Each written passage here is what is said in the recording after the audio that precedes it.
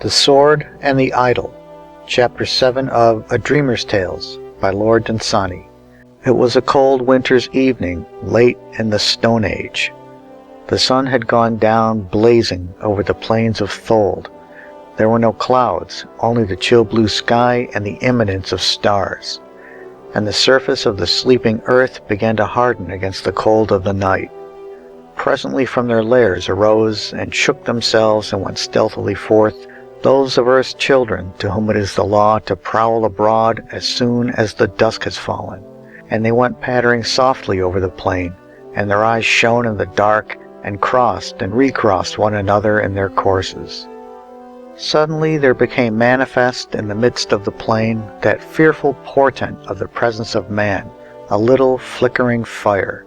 And the children of earth who prowl abroad by night looked sideways at it, and snarled, and edged away, all but the wolves, who came a little nearer, for it was winter and the wolves were hungry, and they had come in thousands from the mountains, and they said in their hearts, "We are strong." Around the fire a little tribe was encamped. They too had come from the mountains, and from lands beyond them, but it was in the mountains that the wolves first winded them. They picked up bones at first that the tribe had dropped, but they were closer now, and on all sides. It was Laws who had lit the fire. He had killed a small furry beast, hurling his stone axe at it, and had gathered a quantity of reddish-brown stones, and had laid them in a long row, and placed bits of the small beast all along it. Then he lit a fire on each side, and the stones heated, and the bits began to cook. It was at this time that the tribe noticed that the wolves who had followed them so far were no longer content with the scraps of deserted encampments. A line of yellow eyes surrounded them, and when it moved, it was to come nearer. So the men of the tribe hastily tore up brushwood, and felled a small tree with their flint axes, and heaped it all over the fire that Laws had made, and for a while the great heap hid the flame, and the wolves came trotting in and sat down again on their haunches, much closer than before. And the fierce and valiant dogs that belonged to the tribe believed that their end was about to come while fighting, as they had long since prophesied it would. Then the flame caught the lofty stack of brushwood, and rushed out of it, and ran up the side of it, and stood up haughtily far over the top. And the wolves, seeing this terrible ally of man reveling there in his strength, and knowing nothing of his frequent treachery to his masters, went slowly away as though they had other purposes. And for the rest of that night the dogs of the encampment cried out to them, and besought them to come back. But the tribe lay down all around the fire under thick firs and slept. And a great wind arose, and blew into the roaring heart of the fire, till it was red no longer, but all pallid with heat. With the dawn the tribe awoke. Laws might have known that after such a mighty conflagration nothing could remain of his small furry beast, but there was hunger in him and little reason as he searched among the ashes. What he found there amazed him beyond measure. There was no meat, there was not even his row of reddish-brown stones, but something longer than a man's leg and narrower than his hand was lying there like a great flattened snake. When Laws looked at its thin edges and saw that it ran to a point, he picked up stones to chip it and make it sharp. It was the instinct of Laws to sharpen things. When he found that it could not be chipped, his wonderment increased. It was many hours before he discovered that he could sharpen the edges by rubbing them with a stone. But at last the point was sharp, and all one side of it except near the end, where Laws held it in his hand. And Laws lifted it and brandished it, and the Stone Age was over. That afternoon in the little encampment, just as the tribe moved on, the Stone Age passed away, which for perhaps 30 or 40,000 years had slowly lifted man from among the beasts and left him with his supremacy beyond all hope of reconquest. It was not for many days that any other man tried to make for himself an iron sword by cooking the same kind of small furry beast that Laws had tried to cook. It was not for many years that any thought to lay the meat along stones as Laws had done, and when they did, being no longer on the plains of Thold, They used flints or chalk. It was not for many generations that another piece of iron ore was melted, and the secret slowly guessed. Nevertheless, one of Earth's many veils was torn aside by laws to give us ultimately the steel sword and the plow, machinery, and factories. Let us not blame laws if we think that he did wrong, for he did all in ignorance. The tribe moved on until it came to water, and there it settled down under a hill, and they built their huts there. Very soon they had to fight with another tribe, a tribe that was stronger than they. But the sword of Laws was terrible, and his tribe slew their foes. You might make one blow at Laws, but then would come one thrust from that iron sword, and there was no way of surviving it. No one could fight with Laws, and he became ruler of the tribe in the place of Iz, who hitherto had ruled it with his sharp axe, as his father had before him. Now Laws begat Lo, and in his old age gave his sword to him, and Lo ruled the tribe with it. And Lo called the name of the sword Death, because it was so swift and terrible. And Iz begat Erd, who was of no account. And Erd hated Lo, because he was of no account, by reason of the iron sword of Lo. One night Erd stole down to the hut of Lo, carrying his sharp axe, and he went very softly. But Lo's dog, Warner, heard him coming, and he growled softly by his master's door. When Erd came to the hut, he heard Lo talking gently to his sword, and Lo was saying, "Lie still, Death. Rest, rest, old sword." And then, "What, again, Death? Be still, be still." And then again, "What, art thou hungry, Death, or thirsty, poor old sword? Soon, Death, soon. Be still only a little." But Erd fled, for he did not like the gentle tone of Lo as he spoke to his sword. And Lo begat Lod, and when Lo died, Lod took the iron sword and ruled the tribe. And Erd begat Ith, who was of no account like his father. Now when Lod had smitten a man or killed a terrible beast, Ith would go away for a while into the forest, rather than hear the praises that would be given to Lod. And once, as Ith sat in the forest waiting for the day to pass, he suddenly thought he saw a tree trunk looking at him as with a face, and Ith was afraid, for trees should not look at men. But soon Ith saw that it was only a tree, and not a man, though it was like a man. Ith used to speak to this tree and tell it about Lod, for he dared not speak to anyone else about him, and Ith found comfort in speaking about Lod. One day Ith went with his stone axe into the forest and stayed there many days. He came back by night, and the next morning when the tribe awoke, they saw something that was like a man and yet was not a man, and it sat on the hill with its elbows pointing outwards and was quite still. And Ith was crouching before it, and hurriedly placing before it fruits and flesh, and then leaping away from it and looking frightened. Presently all the tribe came out to see, but dared not come quite close because of the fear that they saw in the face of Ith. And Ith went to his hut and came back again with a hunting spearhead and valuable small stone knives, and reached out and laid them before the thing that was like a man, and then sprang away from it. And some of the tribe questioned Ith about the still thing that was like a man, and Ith said, "This is Ged." Then they asked, "Who is Ged?" And Ith said, "Ged sends the crops and the rain, and the sun and the moon are Ged's." Then the tribe went back to their huts, but later in the day some came again, and they said to Ith, "Ged is only as we are, having hands and feet."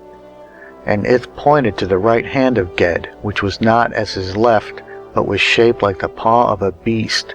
And Ith said, "By this ye may know that he is not as any man." Then they said, "He is indeed Ged." But Lod said, "He speaketh not, nor doth he eat." And Ith answered, "The thunder is his voice, and the famine is his eating." After this, the tribe copied Ith and brought little gifts of meat to Ged, and Ith cooked them before him that Ged might smell the cooking. One day a great thunderstorm came trampling up from the distance and raged among the hills, and the tribe all hid away from it in their huts. And Ith appeared among the huts, looking unafraid, and Ith said little, but the tribe thought that he had expected the terrible storm, because the meat that they had laid before Ged had been tough meat, and not the best parts of the beasts they slew. And Ged grew to have more honor among the tribe than Lord, and Lord was vexed. One night Lord arose when all were asleep, and quieted his dog, and took his iron sword, and went away to the hill. And he came on Ged in the starlight, sitting still, with his elbows pointing outwards, and his beast's paw, and the mark of the fire on the ground where his food had been cooked. And Lord stood there for a while in great fear, trying to keep to his purpose. Suddenly he stepped up close to Ged and lifted his iron sword, and Ged neither hit nor shrank. Then the thought came into Lord's mind, Ged does not hit. What will Ged do instead? And Lord lowered his sword and struck not, and his imagination began to work on that, what will Ged do instead? And the more Lord thought, the worse was his fear of Ged, and Lord ran away and left him. Lord still ruled the tribe in battle or in the hunt, but the chiefest spoils of battle were given to Ged, and the beasts that they slew were Ged's, and all questions that concerned war or peace, and questions of law and disputes, were always brought to him, and Ith gave the answers after speaking to Ged by night. At last Ith said, the day after an eclipse, that the gifts which they brought to Ged were not enough, that some far greater sacrifice was needed, that Ged was very angry even now, and not to be appeased by any ordinary sacrifice. And Ith said that to save the tribe from the anger of Ged, he would speak to Ged that night and ask him what new sacrifice he needed. Deep in his heart, Lord shuddered, for his instinct told him that Ged wanted Lord's only son, who should hold the iron sword when Lord was gone. No one would dare touch Lord because of the iron sword, but his instinct said in his slow mind again and again, Ged loves Ith. Ith has said so. Ith hates the sword holders. Ith hates the sword holders. Ged loves Ith. Evening fell, and the night came when Ith should speak with Ged, and Lord became ever surer of the doom of his race. He lay down, but could not sleep. Midnight had barely come when Lord arose and went with his iron sword again to the hill. And there sat Ged. Had Ith been to him yet? Ith, whom Ged loved, who hated the sword holders. And Lord looked long at the old sword of iron that had come to his grandfather on the plains of Thold. Goodbye, old sword.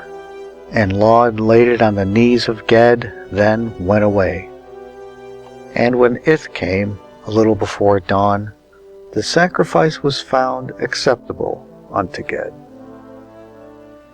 End of The Sword and the Idol, Chapter 7 of A Dreamer's Tales, by Lord Dunsany. The Idle City, Chapter 8 of A Dreamer's Tales, by Lord Dunsany. There was once a city which was an idle city, wherein men told vain tales. And it was that city's custom to tax all men that would enter in with a toll of some idle story in the gate. So all men paid to the watchers in the gate the toll of an idle story, and passed into the city unhindered and unhurt.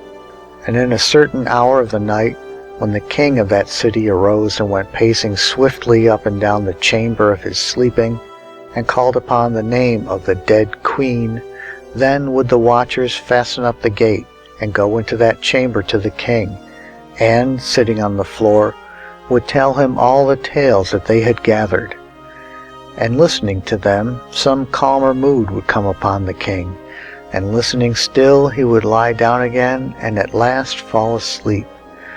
and all the watchers silently would arise and steal away from the chamber. A while ago wandering, I came to the gate of that city, and even as I came, a man stood up to pay his toll to the watchers. They were seated cross-legged on the ground between him and the gate, and each one held a spear. Near him 2 other travelers sat on the warm sand waiting, and the man said, "Now the city of Nambros forsook the worship of the gods and turned towards God. So the gods threw their cloaks over their faces and strode away from the city, and going into the haze among the hills passed through the trunks of the olive groves into the sunset. But when they had already left the earth, they turned and looked through the gleaming folds of the twilight for the last time at their city, and they looked half in anger and half in regret, then turned and went away forever.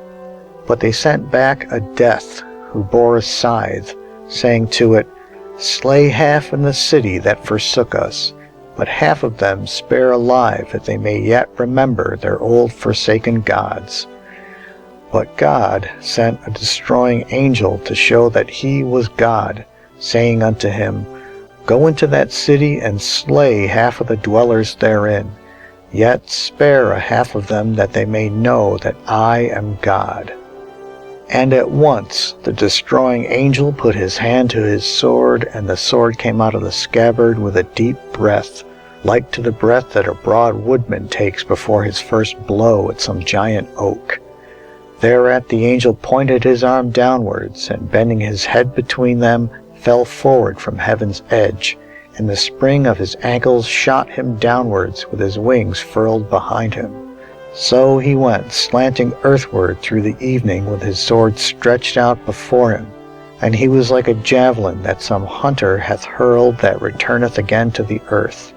But just before he touched it, he lifted his head and spread his wings with the under feathers forward, and alighted by the bank of the broad Flavro that divides the city of Nambros. And down the bank of the Flavro he fluttered low like to a hawk over a new-cut cornfield when the little creatures of the corn are shelterless. And at the same time down the other bank the death from the gods went mowing. At once they saw each other, and the angel glared at the death, and the death leered back at him, and the flames in the eyes of the angel illumined with a red glare the mist that lay in the hollows of the sockets of the death. Suddenly they fell on one another, sword to scythe, and the angel captured the temples of the gods, and set up over them the sign of God, and the death captured the temples of God, and led into them the ceremonies and sacrifices of the gods. And all the while the centuries slipped quietly by, going down the Flavro seawards. And now some worship God in the temple of the gods, and others worship the gods in the temple of God. And still the angel hath not returned again to the rejoicing choirs, and still the death hath not gone back to die with the dead gods. But all through Nambros they fight up and down, and still on each side of the Flavro the city lives. And the watchers in the gate said, "Enter in." Then another traveler rose up and said, "Solemnly between Huanwazi and Nikrana the huge great clouds came floating, and those great mountains, heavenly Huanwazi and Nikrana, the king of peaks, greeted them, calling them brothers. And the clouds were glad of their greeting, for they meet with companions seldom in the lonely heights of the sky. But the vapors of evening said unto the earth mist, What are those shapes that dare to move above us and go to where Nikrana is and Huanwazi? And the earth mist said in answer to the vapors of evening, It is only an earth mist that has become mad and has left the warm and comfortable earth, and has in his madness thought that his place is with Huanwazi and Nikrana. Once, said the vapors of evening, there were clouds, but this was many and many a day ago, as our forefathers have said. Perhaps the mad one thinks he is the clouds.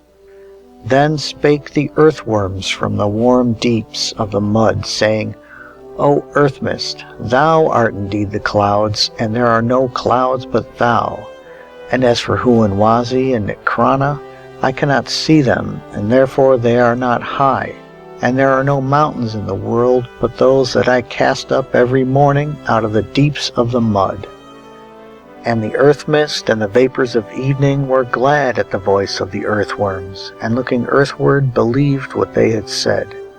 And indeed it is better to be as the earth mist, and to keep close to the warm mud at night, and to hear the earthworm's comfortable speech, and not to be a wanderer in the cheerless heights, but to leave the mountains alone with their desolate snow, to draw what comfort they can from their vast aspect over all the cities of men, and from the whispers that they hear at evening of unknown, distant gods. And the watchers in the gate said, Enter in.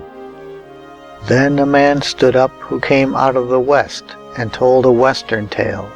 He said, There is a road in Rome that runs through an ancient temple that once the gods had loved. It runs along the top of a great wall, and the floor of the temple lies far down beneath it, of marble, pink and white.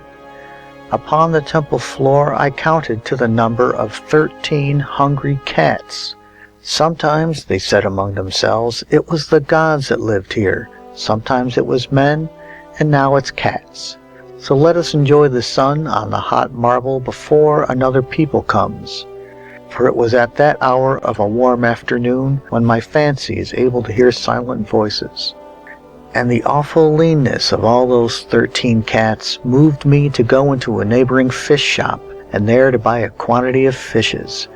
Then I returned and threw them all over the railing at the top of the great wall, and they fell for 30 feet and hit the sacred marble with a smack. Now in any other town but Rome, or in the minds of any other cats, the sight of fishes falling out of heaven had surely excited wonder. They rose slowly and all stretched themselves. Then they came leisurely toward the fishes. It is only a miracle, they said in their hearts. And the watchers in the gate said, Enter in. Proudly and slowly, as they spoke, drew up to them a camel, whose rider sought entrance to the city. His face shone with the sunset by which for long he had steered for the city's gate. Of him they demanded toll. Whereat he spoke to his camel, and the camel roared and kneeled, and the man descended from him. And the man unwrapped from many silks a box of divers metals wrought by the Japanese, and on the lid of it were figures of men who gazed from some shore at an isle of the inland sea. This he showed to the watchers, and when they had seen it, said, It has seemed to me that these speak to each other thus. Behold now Oojni, the dear one of the sea, the little mother sea that hath no storms. She goeth out from Oojni singing a song, and she returneth singing over her sands. Little is Oojni in the lap of the sea, and scarce to be perceived by wandering ships. White sails have never wafted her legends afar. They are told not by bearded wanderers of the sea. Her fireside tales are known not to the north. The dragons of China have not heard of them, nor those that ride on elephants through Ind. Men tell the tales, and the smoke arises upwards. The smoke departeth, and the tales are told. Oojni is not a name among the nations. She is not known of where the merchants meet. She is not spoken of by alien lips. Indeed, but Oojni is little among the isles, yet is she loved by those that know her coasts and her inland places hidden from the sea. Without glory, without fame, and without wealth, Oojni is greatly loved by a little people, and by a few. Yet not by a few, for all her dead still love her, and oft by night come whispering through her woods. Who could forget Oojni, even among the dead? For here in Oojni, wot you, are homes of men, and gardens, and golden temples of the gods, and sacred places inshore from the sea, and many murmurous woods. And there is a path that winds over the hills to go into mysterious holy lands, where dance by night the spirits of the woods, or sing unseen in the sunlight, And no one goes into these holy lands, for who that love Oojni could rob her of her mysteries, and the curious aliens come not. Indeed, but we love Oojni, though she is so little. She is the little mother of our race, and the kindly nurse of all seafaring birds. And behold, even now caressing her, the gentle fingers of the mother sea, whose dreams are far with that old wanderer, ocean. And yet, let us not forget Fusiyama, for he stands manifest over clouds and sea, misty below and vague and indistinct, but clear above for all the isles to watch. The ships make all their journeys in his sight. The nights and the days go by him like a wind. The summers and winters under him flicker and fade. The lives of men pass quietly here and hence, and Fusiyama watches there and knows. And the watchers in the gate said, "Enter in." And I too would have told them a tale, very wonderful and very true, one that I had told in many cities, which as yet had no believers. But now the sun had set, and the brief twilight gone, and ghostly silences were rising from far and darkening hills. A stillness hung over that city's gate, and the great silence of the solemn night was more acceptable to the watchers in the gate than any sound of man. Therefore they beckoned to us, and motioned with their hands that we should pass untaxed into the city. And softly we went up over the sand and between the high rock pillars of the gate, and a deep stillness settled among the watchers, and the stars over them twinkled undisturbed. For how short a while man speaks, and withal how vainly, and for how long he is silent. Only the other day I met a king in Thebes who had been silent already for 4,000 years. End of The Idle City, Chapter 8 of A Dreamer's Tales by Lord Dunsany.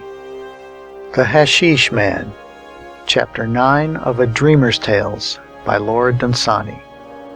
I was at a dinner in London the other day. The ladies had gone upstairs and no one sat on my right. On my left there was a man I did not know, but he knew my name somehow apparently, for he turned to me after a while and said, "I read a story of yours about Bethmora in a review." Of course I remembered the tale. It was about a beautiful oriental city that was suddenly deserted in a day. Nobody quite knew why. I said, "Oh yes," and slowly searched in my mind for some more fitting acknowledgement of the compliment that his memory had paid me. I was greatly astonished when he said, "You were wrong about the Nausar sickness. It was not that at all." I said, "Why, have you been there?" And he said, "Yes, I do it with hashish. I know Bethmora well."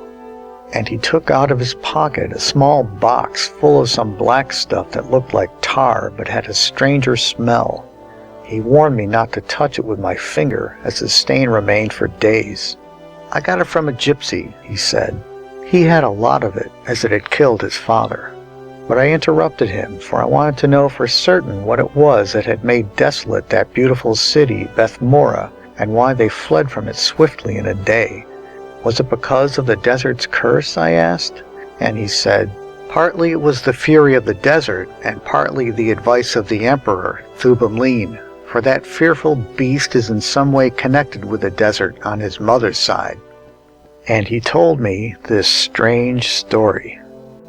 "You remember the sailor with the black scar who was there on the day that you described when the messengers came on mules to the gate of Bethmora and all the people fled? I met this man in a tavern drinking rum, and he told me all about the flight from Bethmora, but knew no more than you did what the message was or who had sent it. However, he said he would see Bethmora once more whenever he touched again at an eastern port, even if he had to face the devil. He often said that he would face the devil to find out the mystery of that message that had emptied Bethmora in a day. And in the end he had to face Thubamlin, whose weak ferocity he had not imagined.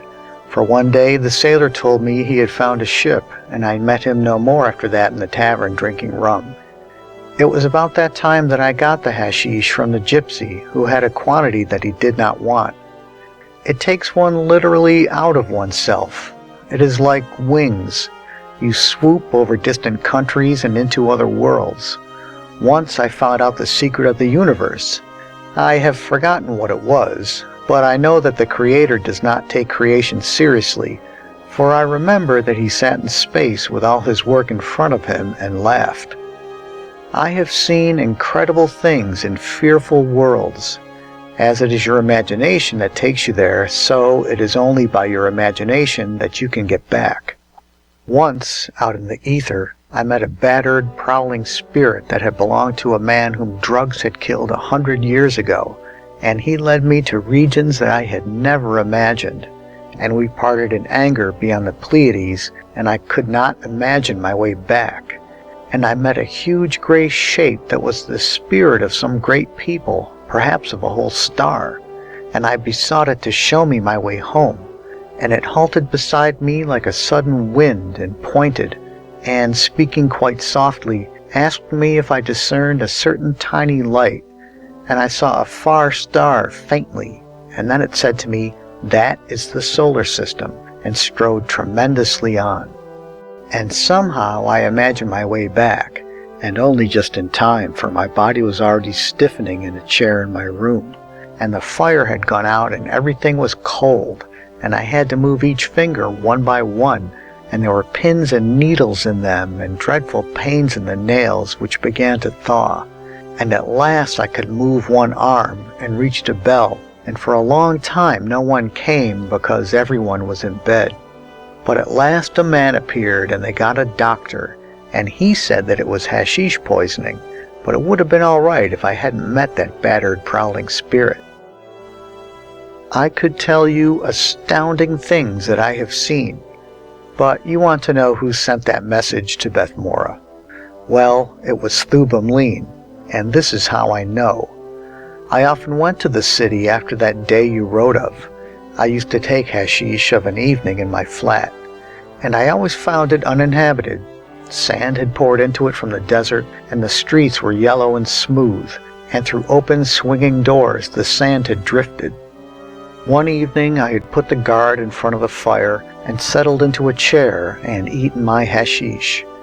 And the first thing that I saw when I came to Bethmora was a sailor with the black scar, strolling down the street and making footprints in the yellow sand. And now I knew that I should see what secret power it was that kept Bethmora uninhabited. I saw that there was anger in the desert, for there were storm clouds heaving along the skyline, and I heard a muttering amongst the sand. The sailor strolled on down the street, looking into the empty houses as he went. Sometimes he shouted, and sometimes he sang, and sometimes he wrote his name on a marble wall. Then he sat down on a step and ate his dinner. After a while he grew tired of the city and came back up the street. As he reached the gate of green copper, 3 men on camels appeared. I could do nothing. I was only a consciousness, invisible, wandering. My body was in Europe. The sailor fought well with his fists, but he was overpowered and bound with ropes and led away through the desert. I followed for as long as I could stay, and found that they were going by way of the desert round the hills of Hap towards Utnarvahi, and then I knew the camel men belonged to Thubamleen. I work in an insurance office all day, and I hope you won't forget me if you ever want to insure life, fire, or motor, but that's no part of my story. I was desperately anxious to get back to my flat, though it is not good to take hashish 2 days running. But I wanted to see what they would do to the poor fellow, for I had heard bad rumors about Thubamleen. When at last I got away, I had a letter to write. Then I rang for my servant and told him I must not be disturbed, though I left my door unlocked in case of accidents. After that I made up a good fire and sat down and partook of the pot of dreams. I was going to the palace of Thubamleen. I was kept back longer than usual by noises in the street, but suddenly I was up above the town. The European countries rushed by beneath me, and there appeared the thin white palace spires of horrible Thubamleen. I found him presently at the end of a little narrow room. A curtain of red leather hung behind him, on which all the names of God, written in Yonish, were worked with a golden thread. 3 windows were small and high. The emperor seemed no more than about 20, and looked small and weak. No smiles came on his nasty yellow face, though he tittered continually. As I looked from his low forehead to his quivering under lip, I became aware that there was some horror about him, though I was not able to perceive what it was. And then I saw it. The man never blinked, and though later on I watched those eyes for a blink, it never happened once. And then I followed the emperor's rapt glance, and I saw the sailor lying on the floor, alive but hideously rent, and the royal torturers were at work all round him. They had torn long strips from him, but had not detached them, and they were torturing the ends of them far away from the sailor. The man that I met at dinner told me many things which I must omit. The sailor was groaning softly, and every time he groaned, Thubamleen tittered. I had no sense of smell, but I could hear and see, and I do not know which was the most revolting, the terrible condition of the sailor, or the happy, unblinking face of horrible Thubamleen. I wanted to go away, but the time was not yet come, and I had to stay where I was. Suddenly the emperor's face began to twitch violently, and his under lip quivered faster, and he whimpered with anger, and cried with a shrill voice in Yonish to the captain of his torturers that there was a spirit in the room. I feared not, for living men cannot lay hands on a spirit, but all the torturers were appalled at his anger, and stopped their work, for their hands trembled in fear. Then 2 men of the spear guard slipped from the room, and each of them brought back presently a golden bowl with knobs on it, full of hashish, and the bowls were large enough for heads to have floated in had they been filled with blood. And the 2 men fell to rapidly, each eating with 2 great spoons. There was enough in each spoonful to have given dreams to 100 men. And there came upon them soon the hashish state, and their spirits hovered, preparing to go free, while I feared horribly, but ever and anon they fell back again to their bodies, recalled by some noise in the room. Still the men ate, but lazily now, and without ferocity. At last the great spoons dropped out of their hands, and their spirits rose and left them. I could not flee, and the spirits were more horrible than the men, because they were young men and not yet wholly molded to fit their fearful souls. Still the sailor groaned softly, evoking little titters from the emperor Thubamleen. Then the 2 spirits rushed at me and swept me thence as gusts of wind sweep butterflies, and away we went from that small, pale, heinous man. There was no escaping from these spirits' fierce insistence. The energy in my minute lump of the drug was overwhelmed by the huge spoonsful that these men had eaten with both hands. I was whirled over Arvel Woundery and brought to the lands of Snith, and swept on still until I came to Kragua, and beyond this to those bleak lands that are nearly unknown to fancy. And we came at last to those ivory hills that are named the Mountains of Madness, and I tried to struggle against the spirits of that frightful emperor's men, for I heard on the other side of the ivory hills the pittering of those beasts that prey on the mad, as they prowled up and down. It was no fault of mine that my little lump of hashish could not fight with their horrible spoonsful. Someone was tugging at the hall door bell. Presently a servant came and told our host that a policeman in the hall wished to speak to him at once. He apologized to us and went outside, and we heard a man in heavy boots who spoke in a low voice to him. My friend got up and walked over to the window and opened it and looked outside. "I should think it will be a fine night," he said. Then he jumped out. When we put our astonished heads out of the window to look for him, he was already out of sight. End of The Hashish Man. Chapter 9 of A Dreamer's Tales by Lord Dunsany. Poor Old Bill. Chapter 10 of A Dreamer's Tales by Lord Dunsany.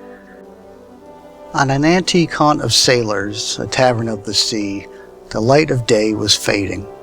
For several evenings I had frequented this place in the hope of hearing something from the sailors as they sat over strange wines about a rumor that had reached my ears of a certain fleet of galleons of old Spain still said to be afloat in the South Seas in some uncharted region.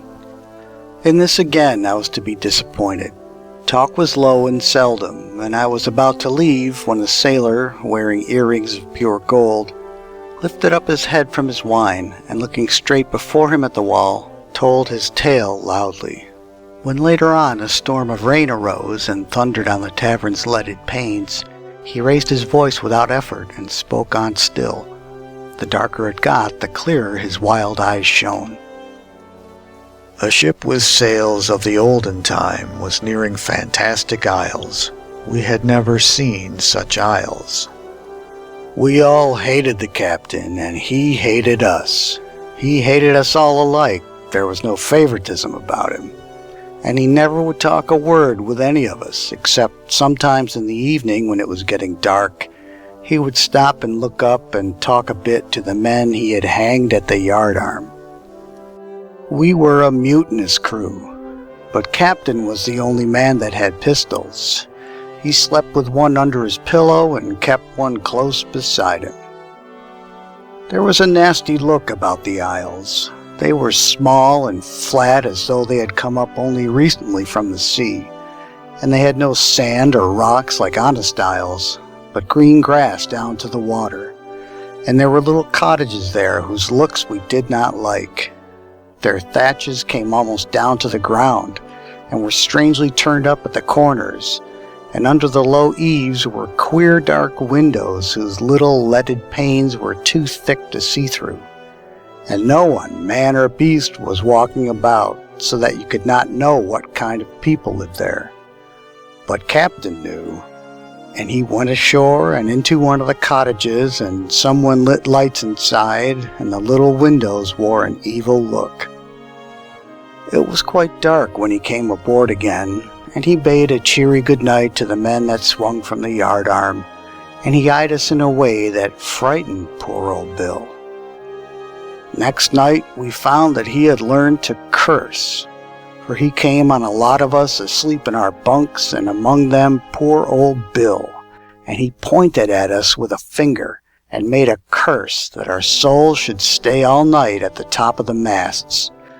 And suddenly there was the soul of poor old Bill, sitting like a monkey at the top of the mast and looking at the stars and freezing through and through. We got up a little mutiny after that, but Captain comes up and points with his finger again, and this time poor old Bill and all the rest are swimming behind the ship through the cold green water, though their bodies remain on deck. It was the cabin boy who found out that Captain couldn't curse when he was drunk, though he could shoot as well at one time as another. After that, it was only a matter of waiting, and of losing 2 men when the time came. Some of us were murderous fellows and wanted to kill Captain, but poor old Bill was for finding a bit of an island, out of the track of ships, and leaving him there with his share of our year's provisions. And everybody listened to poor old Bill, and we decided to maroon Captain as soon as we caught him when he couldn't curse. It was 3 whole days before Captain got drunk again, and poor old Bill and all had a dreadful time. For Captain invented new curses every day, and wherever he pointed his finger, our souls had to go. And the fishes got to know us, and so did the stars, and none of them pitied us when we froze on the masts or were hurried through forests of seaweed and lost our way. Both stars and fishes went about their businesses with cold, unastonished eyes. Once, when the sun had set and it was twilight, and the moon was showing clearer and clearer in the sky, and we stopped our work for a moment because Captain seemed to be looking away from us at the colors in the sky, he suddenly turned and sent our souls to the moon. and it was colder there than ice at night, and there were horrible mountains making shadows, and it was all as silent as miles of tombs, and earth was shining up in the sky as big as the blade of a scythe, and we all got homesick for it, but could not speak nor cry. It was quite dark when we got back, and we were very respectful to Captain all the next day, but he cursed several of us again very soon. What we all feared most was that he would curse our souls to hell, and none of us mentioned hell above a whisper for fear that it should remind him. But on the third evening the cabin boy came and told us that Captain was drunk, and we all went to his cabin, and we found him lying there across his bunk, and he shot as he had never shot before, but he had no more than the 2 pistols, and he would only have killed 2 men if he hadn't caught Joe over the head with the end of one of his pistols. And then we tied him up, and poor old Bill put the rum between the captain's teeth and kept him drunk for 2 days so that he could not curse, till we found a convenient rock. And before sunset of the second day we found a nice bare island for Captain, out of the track of ships, about 100 yards long and about 80 wide, and we rowed him along to it in a little boat, and gave him provisions for a year, the same as we had ourselves, because poor old Bill wanted to be fair, and we left him sitting comfortable with his back to a rock, singing a sailor's song. When we could no longer hear Captain singing, we all grew very cheerful and made a banquet out of our year's provisions, as we had all hoped to be home again in under 3 weeks. We had 3 great banquets every day for a week. Every man had more than he could eat, and what was left over we threw on the floor like gentlemen. And then one day, as we saw San Juan and wanted to sail in and spend our money, the wind changed round from behind us and beat us out to sea. There was no tacking against it, and no getting into the harbor, though other ships sailed by us and anchored there. Sometimes a dead calm would fall on us, while fishing boats all around us flew before half a gale, and sometimes the wind would beat us out to sea when nothing else was moving. All day we tried, then at night we laid to and tried again the next day. And all the sailors of the other ships were spending their money in San Juan, and we could not come nigh it. Then we spoke terrible things against the wind and against San Juan, and sailed away. It was just the same at Narena. We kept close together now and talked in low voices. Suddenly poor old Bill grew frightened. As we went all along the Saractic coastline, we tried again and again, and the wind was waiting for us in every harbor and sent us out to sea. Even the little islands would not have us. And then we knew that there was no landing yet for poor old Bill, and everyone upbraided his kind heart that had made them maroon Captain on a rock, so as not to have his blood upon their heads. There was nothing to do but drift about the seas.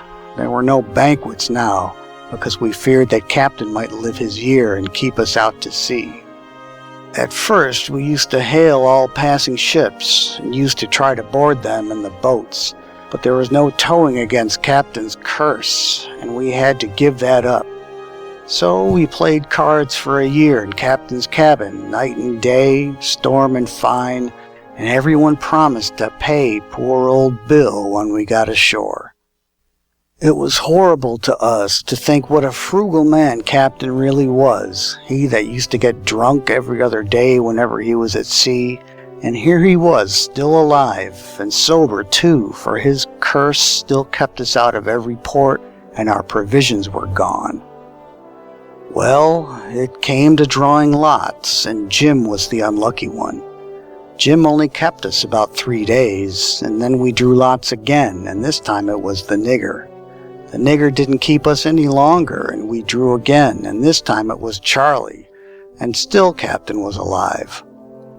As we got fewer, one of us kept us longer. Longer and longer a mate used to last us, and we all wondered however Captain did it. It was 5 weeks over the year when we drew Mike, and he kept us for a week, and Captain was still alive. We wondered if he didn't get tired of the same old curse, but we supposed things look different when one is alone on an island. When there was only Jakes and poor old Bill and the cabin boy and Dick, we didn't draw any longer. We said that the cabin boy had had all the luck and he mustn't expect any more. Then poor old Bill was alone with Jakes and Dick, and Captain was still alive. When there was no more boy, and the Captain's still alive, Dick, who was a huge strong man like poor old Bill, said that it was Jakes' turn, and he was very lucky to have lived as long as he had. But poor old Bill talked it all over with Jakes, and they thought it better than Dick should take his turn.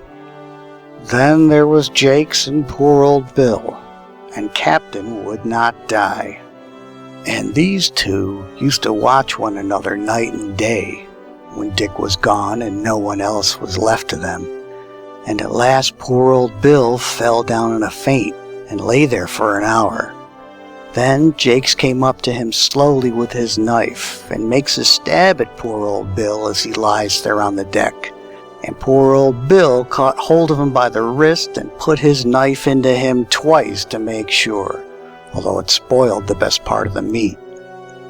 Then poor old Bill was all alone at sea.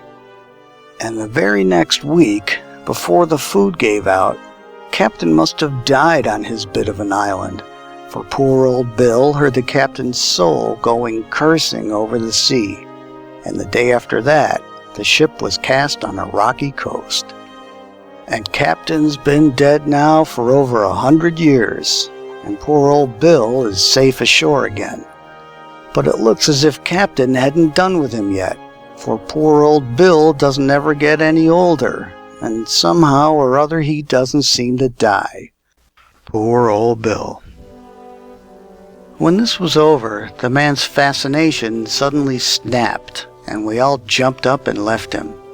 It was not only his revolting story, but it was the fearful look in the eyes of the man who told it, and the terrible ease with which his voice surpassed the roar of the rain, that decided me never again to enter that haunt of sailors, the Tavern of the Sea.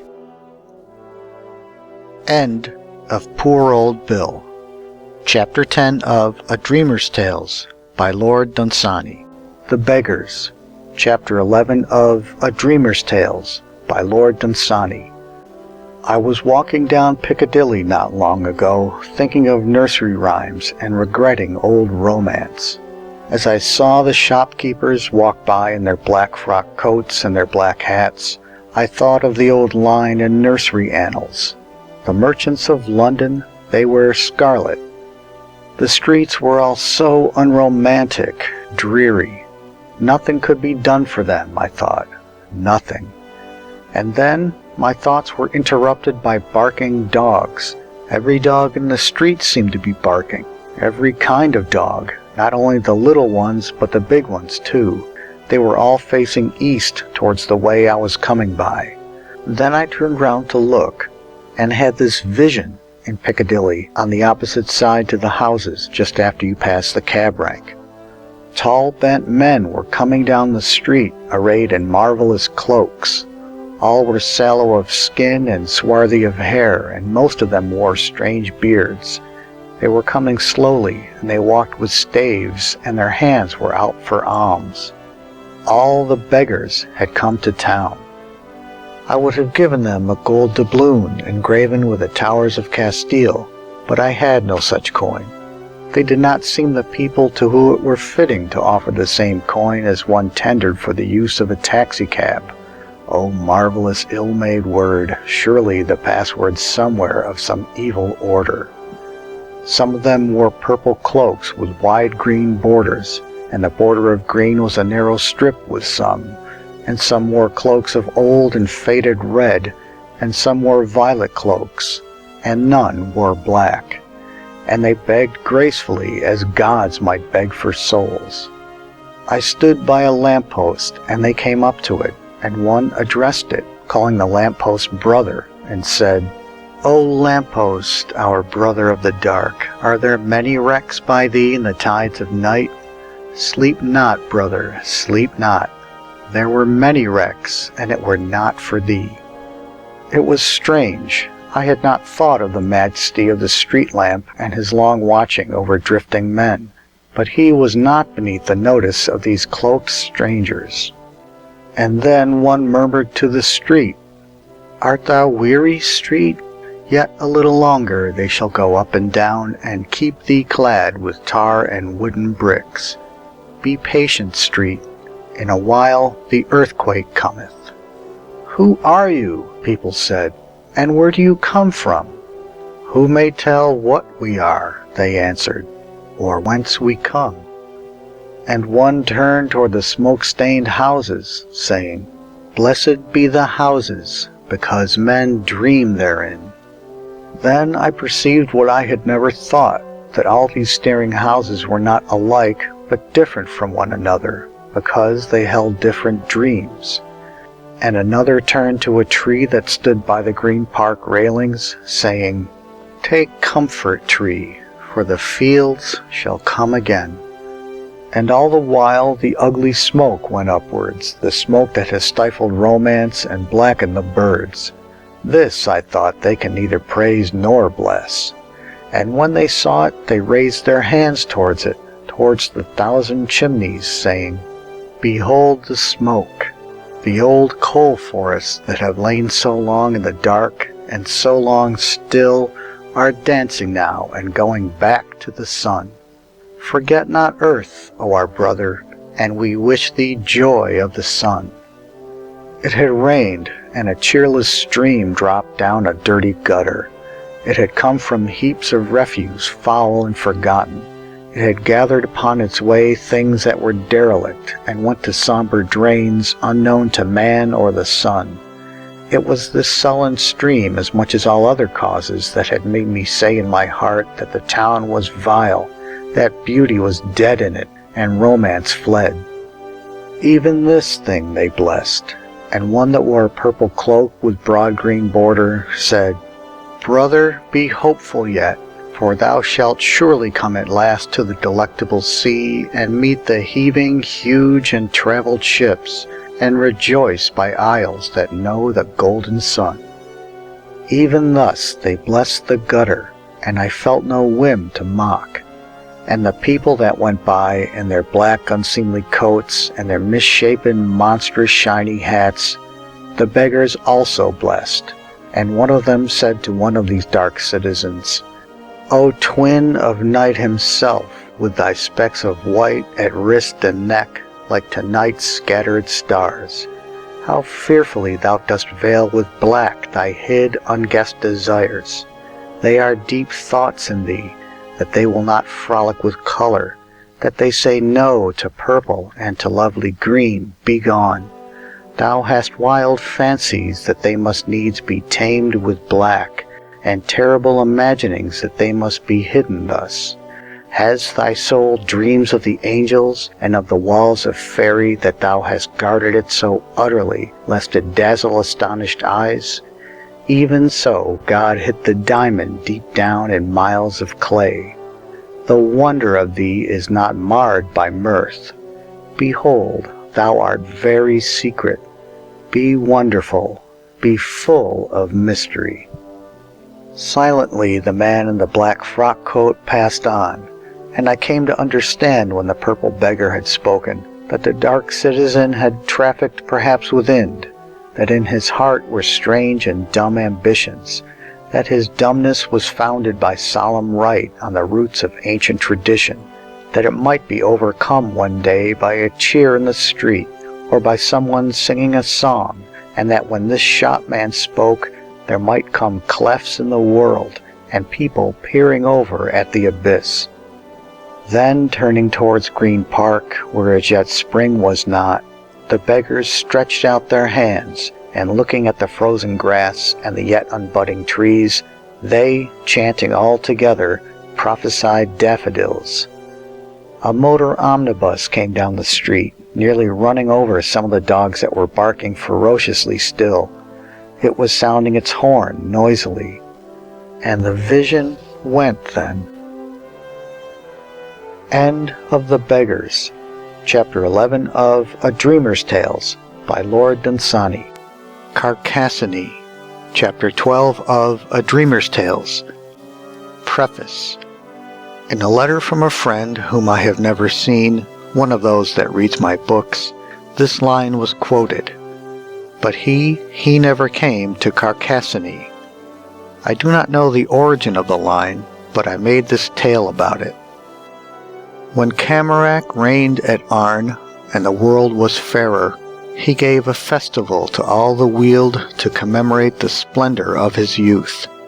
They say that his house at Arn was huge and high, and its ceiling painted blue, and when evening fell, men would climb up by ladders and light the scores of candles hanging from slender chains. And they say, too, that sometimes a cloud would come and pour in through the top of one of the oriel windows, and it would come over the edge of the stonework as the sea mist comes over a sheer cliff's shaven lip, where an old wind has blown forever and ever. He has swept away thousands of leaves and thousands of centuries. They are all one to him. He owes no allegiance to time. And the cloud would reshape itself in the hall's lofty vault and drift on through it slowly, and out to the sky again through another window. And from its shape the knights in Camarac's hall would prophesy the battles and sieges of the next season of war. They say of the hall of Camarac at Arn that there hath been none like it in any land, and foretell that there will be never. Hither had come in the folk of the Weald from sheepfold and from forest, revolving slow thoughts of food and shelter and love, and they sat down wondering in that famous hall. And therein also were seated the men of Arn, the town that clustered round the king's high house, and all was roofed with red maternal earth. If old songs may be trusted, it was a marvelous hall. Many who sat there could only have seen it distantly before, a clear shape in the landscape, but smaller than a hill. Now they beheld along the wall the weapons of Camarac's men, of which already the lute players made songs, and tales were told at evening in the byres.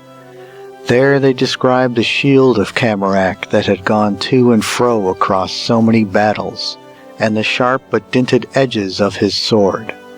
There were the weapons of Gadriel the Leal, and Norn, and Athoric of the sleety sword, Hariel the Wild, Yerold, and Thanga of Esk.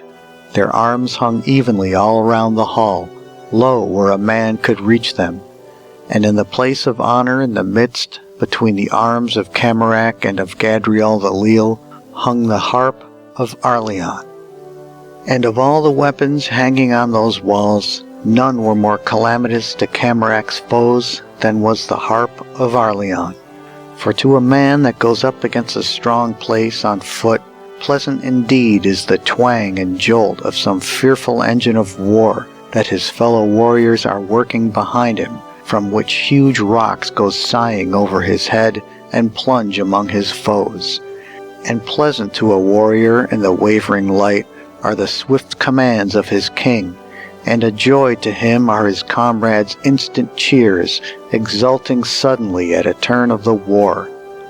All this and more was the harp to Camarac's men, for not only would it cheer his warriors on, but many a time would Arleon of the harp strike wild amazement into opposing hosts by some rapturous prophecy suddenly shouted out while his hand swept over the roaring strings. Moreover, no war was ever declared till Camarac and his men had listened long to the harp, and were elate with the music and mad against peace. Once Arleon, for the sake of a rhyme, had made war upon Esteban, and an evil king was overthrown, and honor and glory won. From such queer motives does good sometimes accrue. Above the shields and the harps all round the hall were the painted figures of heroes of fabulous famous songs, too trivial, because too easily surpassed by Camarac's men, seemed all the victories that the earth had known. Neither was any trophy displayed of Camarac's 70 battles, for these were as nothing to his warriors or him compared with those things that their youth had dreamed and which they mightily purposed yet to do. Above the painted pictures there was darkness, for evening was closing in, and the candles swinging on their slender chains were not yet lit in the roof. It was as though a piece of the night had been built into the edifice like a huge natural rock that juts into a house. And there sat all the warriors of Arn and the wheeled folk wondering at them. And none were more than 30, and all were skilled in war. And Camarac sat at the head of all, exulting in his youth. We must wrestle with time for some 7 decades, and he is a weak and puny antagonist in the first 3 bouts. Now there was present at this feast a diviner, one who knew the schemes of fate, and he sat among the people of the Weald and had no place of honor, for Camarac and his men had no fear of fate. And when the meat was eaten and the bones cast aside, the king rose up from his chair, and having drunken wine and being in the glory of his youth, and with all his knights about him, called to the diviner, saying, "Prophesy." And the diviner rose up, stroking his grey beard, and spake guardedly. "There are certain events," he said, "upon the ways of fate that are veiled even from a diviner's eyes, and many more are clear to us that were better veiled from all. Much I know that is better unforetold, and some things that I may not foretell on pain of centuries of punishment. But this I know and foretell, that you will never come to Carcassonne." Instantly there was a buzz of talk telling of Carcassonne. Some had heard of it in speech or song, some had read of it, and some had dreamed of it. And the king sent Arleon of the harp down from his right hand to mingle with the wheeled folk to hear aught that any told of Carcassonne. But the warriors told of the places they had won to, many a hard-held fortress, many a far-off land, and swore that they would come to Carcassonne. And in a while came Arleon back to the king's right hand, and raised his harp, and chanted, and told of Carcassonne. Far away it was, and far away, a city of gleaming ramparts rising one over other, and marble terraces behind the ramparts, and fountains shimmering on the terraces. To Carcassonne the elf kings with their fairies had first retreated from men, and had built it on an evening late in May by blowing their elfin horns. Carcassonne, Carcassonne. Travelers had seen it sometimes like a clear dream, with the sun glittering on its citadel upon a far-off hilltop, and then the clouds had come or a sudden mist. No one had seen it long or come quite close to it, though once there were some men that came very near, and the smoke from the houses blew into their faces. A sudden gust, no more, and these declared that someone was burning cedar wood there. Men had dreamed that there is a witch there, walking alone through the cold courts and corridors of Marmorian palaces, fearfully beautiful and still for all her 80 centuries, singing the second oldest song, which was taught her by the sea, shedding tears for loneliness from eyes that would madden armies. Yet will she not call her dragons home. Carcassonne is terribly guarded. Sometimes she swims in a marble bath through whose deeps a river tumbles, or lies all morning on the edge of it to dry slowly in the sun, and watches the heaving river trouble the deeps of the bath. It flows through the caverns of earth for further than she knows, and coming to light in the witch's bath, goes down through the earth again to its own peculiar sea. In autumn sometimes it comes down black with snow that spring has molten, and unimagined mountains or withered blooms of mountain shrubs go beautifully by. When there is blood in the bath, she knows there is war in the mountains, and yet she knows not where those mountains are. When she sings, the fountains dance up from the dark earth. When she combs her hair, they say there are storms at sea. When she is angry, the wolves grow brave and all come down to the byres. When she is sad, the sea is sad, and both are sad forever. Carcassonne, Carcassonne. This city is the fairest of the wonders of morning. The sun shouts when he beholdeth it. For Carcassonne evening weepeth when evening passeth away. And Arleon told how many goodly perils were round about the city, and how the way was unknown, and it was a nightly venture. Then all the warriors stood up and sang of the splendor of the venture, and Camarac swore by the gods that had built Arn, and by the honor of his warriors that, alive or dead, he would come to Carcassonne. But the diviner rose and passed out of the hall, brushing the crumbs from him with his hands and smoothing his robe as he went. Then Camarac said, "There are many things to be planned, and counsels to be taken, and provender to be gathered. Upon what day shall we start?" And all the warriors answering shouted, "Now!" And Camarac smiled thereat, for he had but tried them. Down then from the walls they took their weapons, Sycorax, Caleron, Asloff, Woel of the Axe, Huanoth, Peacebreaker, Wolwolf, Father of War, Terion, Lurth of the War-Cry, and many another. Little then dreamed the spiders that sat in that ringing hall of the unmolested leisure they were soon to enjoy. When they were armed, they all formed up and marched out of the hall, and Arleon strode before them, singing of Carcassonne. But the folk of the Weald arose and went back well fed to the byres. They had no need of wars or of rare perils. They were ever at war with hunger. A long drought or hard winter were to them pitched battles.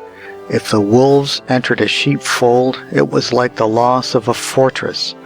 A thunderstorm on the harvest was like an ambuscade. Well fed, they went back slowly to their byres, being at truce with hunger, and the night filled with stars. And black against the starry sky appeared the round helms of the warriors as they passed the tops of the ridges, but in the valleys they sparkled now and then as the starlight flashed on steel. They followed behind Arleon going south, whence rumors had always come of Carcassonne. So they marched in the starlight, and he before them singing. When they had marched so far that they had heard no sound from Arn, and even inaudible were her swinging bells, when candles burning late far up in towers no longer sent them their disconsolate welcome, in the midst of the pleasant night that lulls the rural spaces, weariness came upon Arleon, and his inspiration failed. It failed slowly. Gradually he grew less sure of the way to Carcassonne. A while he stopped to think, and remembered the way again. But his clear certainty was gone, and in its place were efforts in his mind to recall old prophecies and shepherd songs that were told of the marvelous city. Then, as he said over carefully to himself a song that a wanderer had learnt from a goatherd's boy far up the slope of ultimate southern mountains, fatigue came down upon his toiling mind like snow on the winding ways of a city noisy by night, stilling all. He stood, and the warriors closed up to him. For long they had passed by great oaks standing solitary here and there, like giants taking huge breaths of the night air before doing some furious deed. Now they had come to the verge of a black forest. The tree trunks stood like those great columns in an Egyptian hall, whence God in an older mood received the praise of men. The top of it sloped the way of an ancient wind. Here they all halted and lighted a fire of branches, striking sparks from flint into a heap of bracken. They eased them of their armor and sat round the fire, and Camarac stood up there and addressed them. And Camarac said, "We go to war with fate, who has doomed that I shall not come to Carcassonne. And if we turn aside but one of the dooms of fate, then the whole future of the world is ours, and the future that fate has ordered is like the dry course of an averted river. But if such men as we, such resolute conquerors, cannot prevent one doom that fate has planned, then is the race of man enslaved forever to do its petty and allotted task." Then they all drew their swords and waved them high in the firelight, and declared war on fate. Nothing in the somber forest stirred or made any sound. Tired men do not dream of war. When morning came over the gleaming fields, a company that had set out from Arn discovered the camping place of the warriors, and brought pavilions and provender. And the warriors feasted, and the birds in the forest sang, and the inspiration of Arleon awoke. Then they rose, and following Arleon, entered the forest, and marched away to the south. And many a woman of Arn sent her thoughts with them as they played alone some old monotonous tune. But their own thoughts were far before them, skimming over the bath through whose deeps the river tumbles in marble Carcassonne. When butterflies were dancing on the air and the sun neared the zenith, pavilions were pitched, and all the warriors rested. And then they feasted again, and then played nightly games, and late in the afternoon marched on once more, singing of Carcassonne. And night came down with its mystery on the forest, and gave their demonic look again to the trees, and rolled up out of misty hollows a huge and yellow moon. And the men of Arn lit fires, and sudden shadows arose and leaped fantastically away.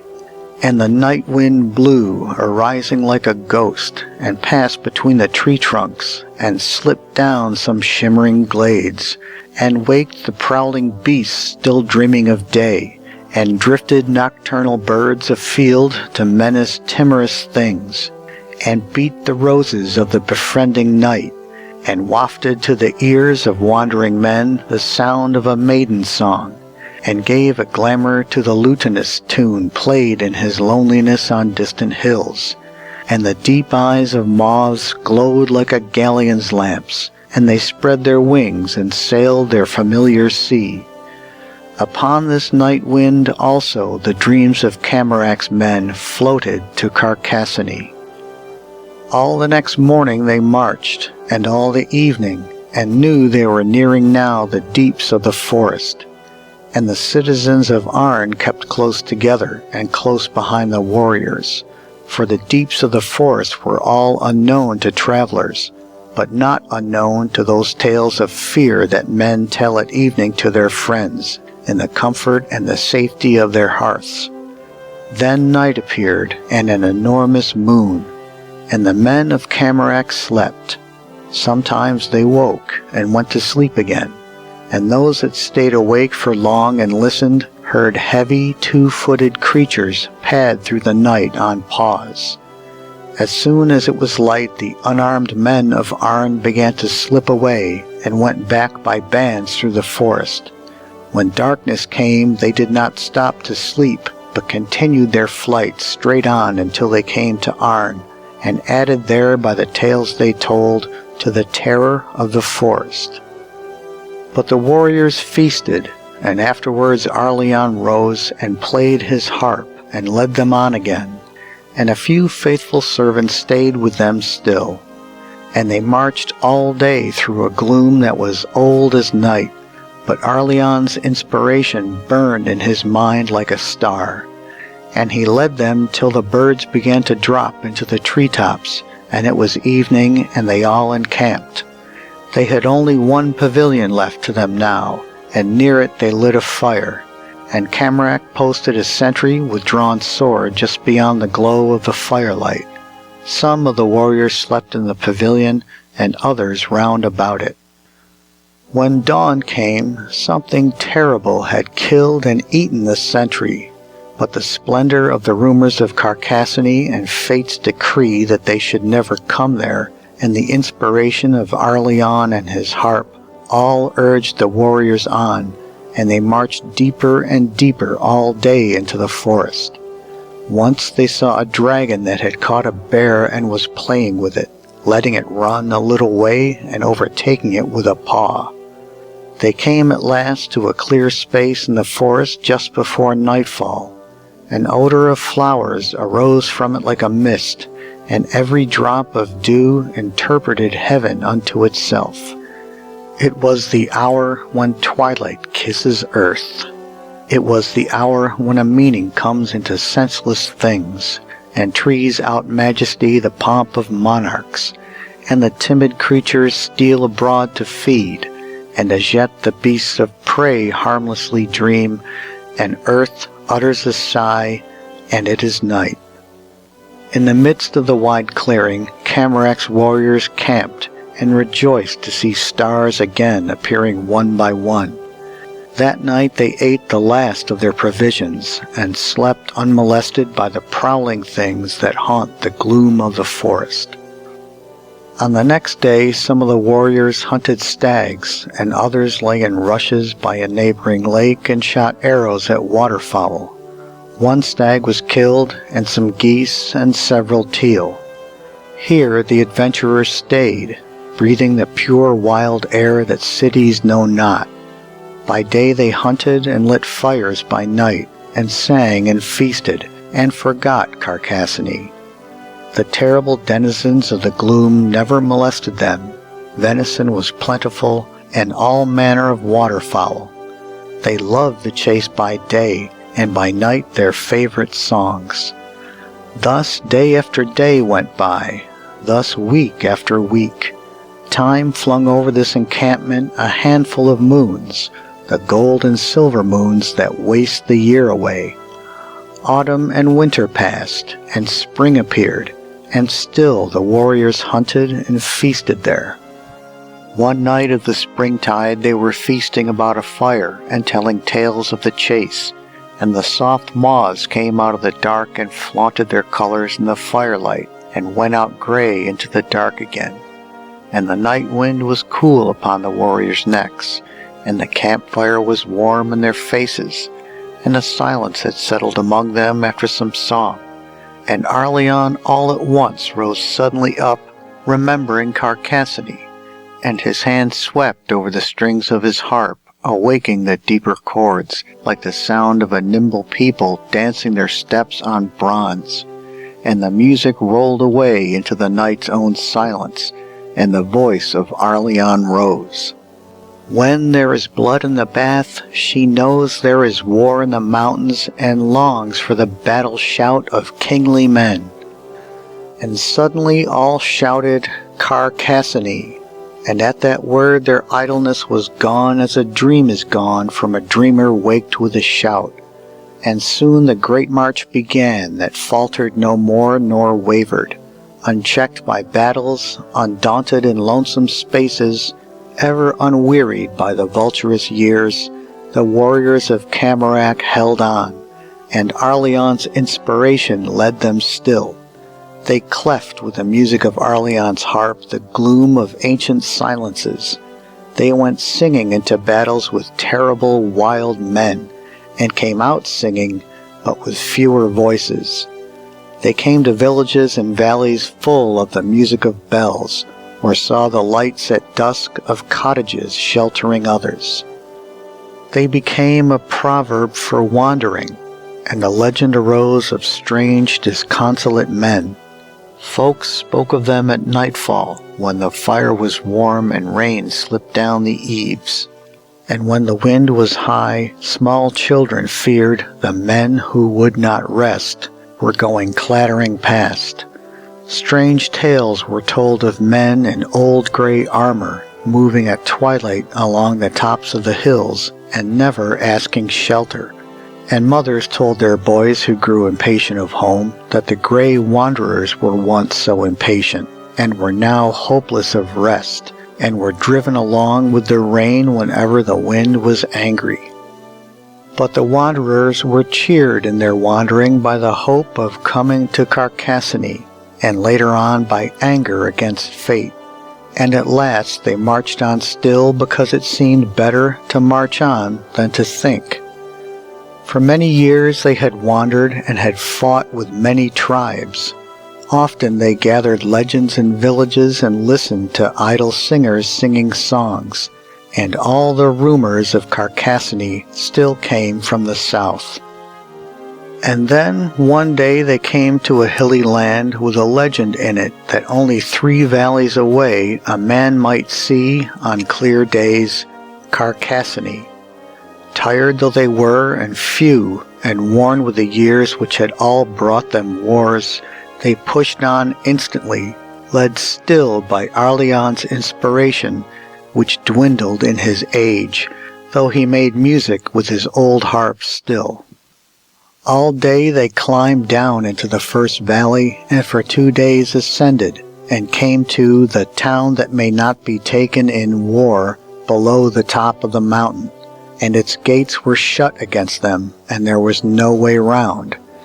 To left and right, steep precipices stood for as far as eye could see or legend tell of, and the pass lay through the city.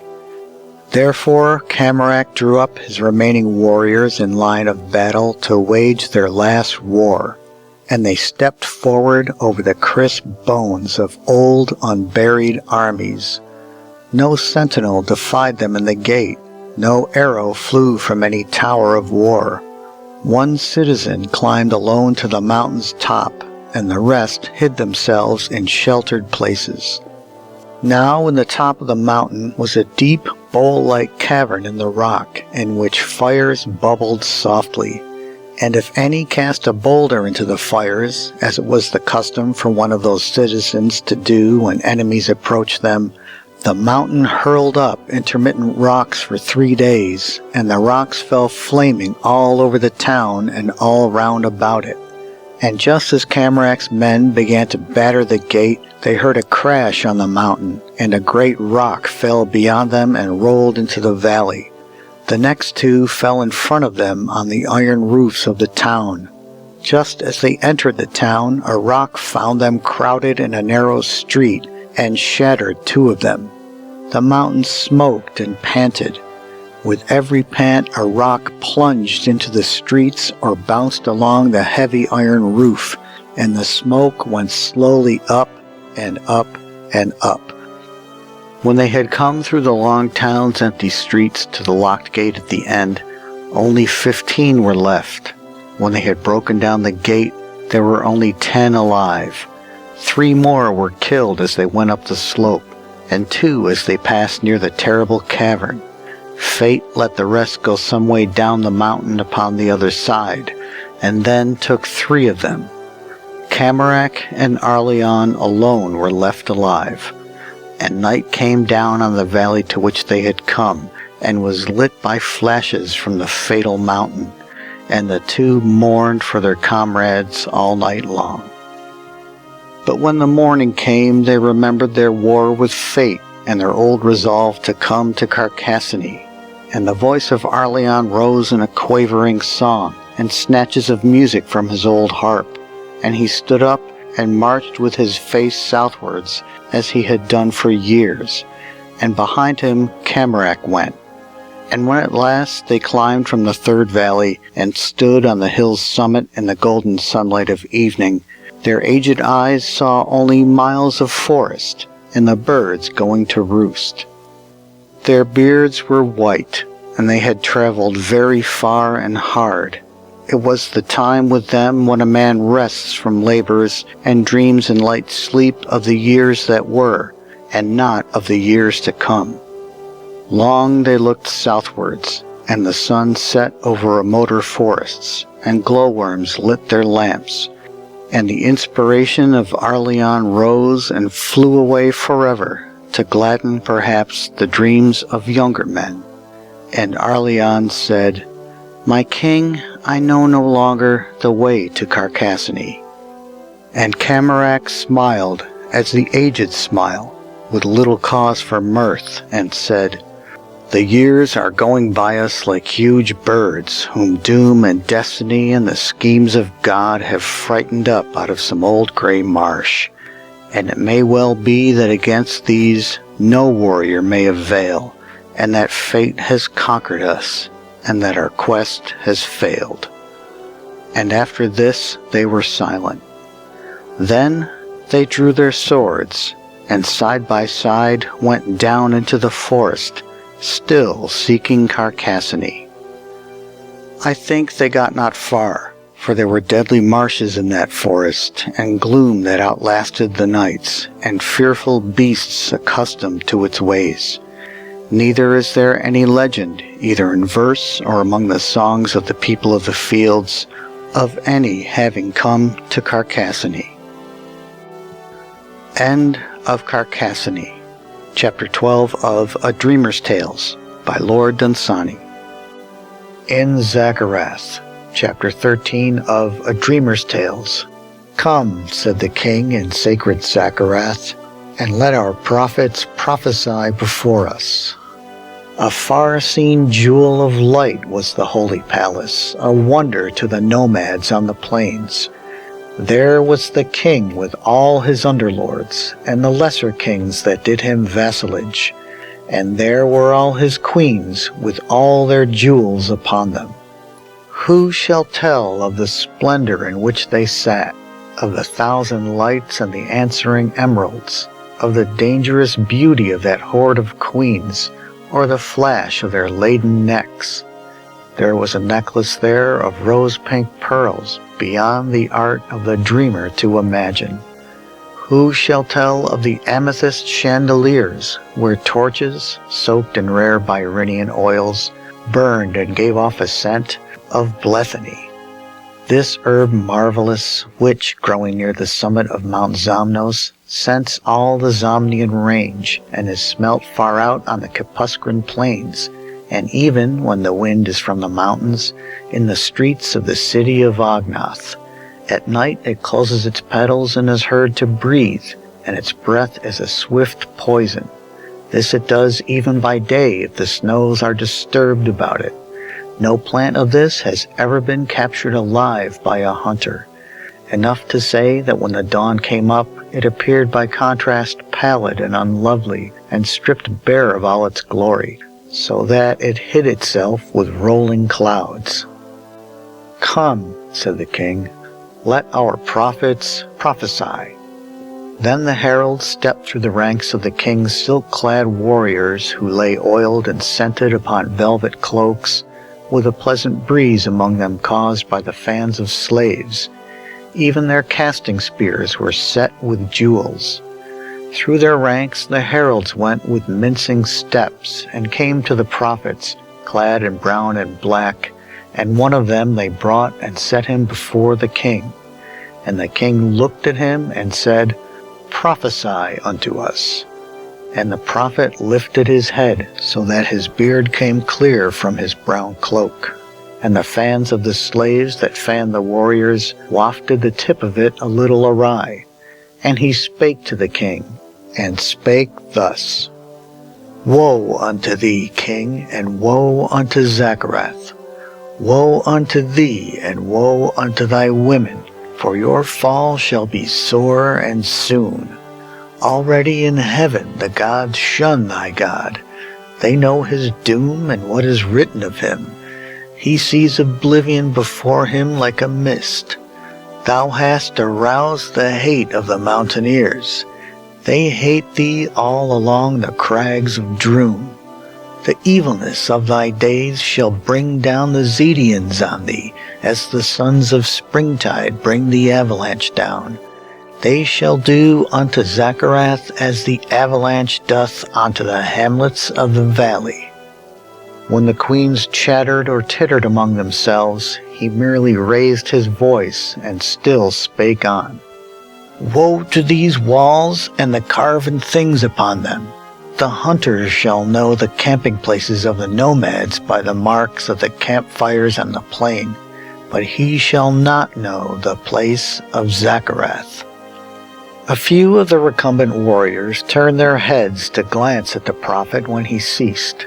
Far overhead, the echoes of his voice hummed on a while among the cedarn rafters. "Is he not splendid?" said the king. And many of that assembly beat with their palms upon the polished floor in token of applause. Then the prophet was conducted back to his place at the far end of that mighty hall, and for a while musicians played on marvelous curved horns, while drums throbbed behind them, hidden in a recess. The musicians were sitting cross-legged on the floor, all blowing their huge horns in the brilliant torchlight. But as the drums throbbed louder in the dark, they arose and moved slowly nearer to the king. Louder and louder drummed the drums in the dark, and nearer moved the men with the horns, so that their music should not be drowned by the drums before it reached the king.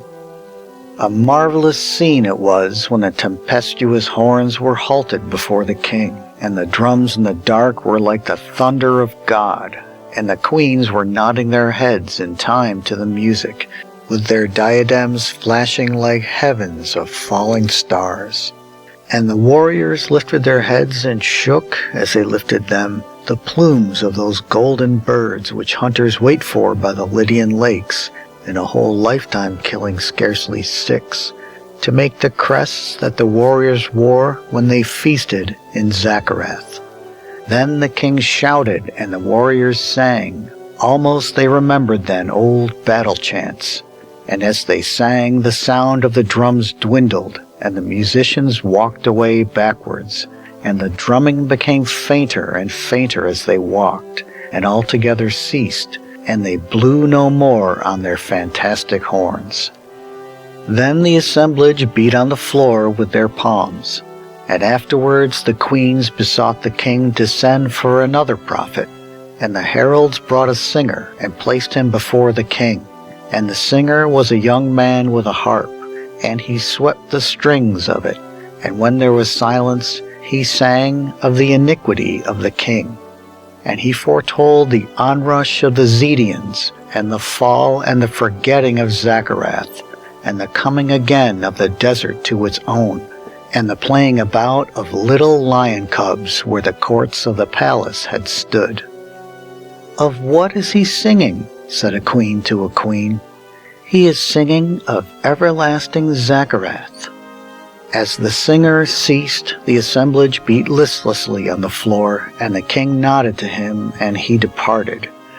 When all the prophets had prophesied to them, and all the singers sung, that royal company arose and went to other chambers, leaving the hall of festival to the pale and lonely dawn.